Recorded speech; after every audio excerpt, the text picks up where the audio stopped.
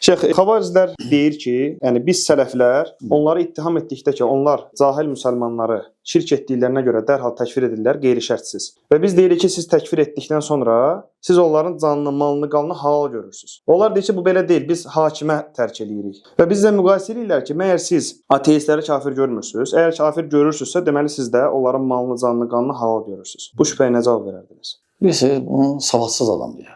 Gör nəyi gətirir. Bəli, biz deyirik ki, biz sələflər təkfir eləyəndə təkfirdən sonra məsələlər var. Birinci, hakim yox. Əgər döyüş getsə, bəli, onlar artıq mallalı halaldır. O mənada. Çünki necə ki, Peyğəmbər sallallahu əleyhi və səlləm deyir, kim şahadəti desə, onun canı, malı, namusu haramdır. Aydındır. Deməli, deməyən əks mənası halaldır. Lakin halal olmağın qaydaları var. Nə vaxt, məsələn, döyüşdə. O da belə deyil, məsələn, hakim var, qeyri-müsəlmanlar var, onların hamısı hər şey halaldır, hələ şey yoxdur. O yəni döyüşdə.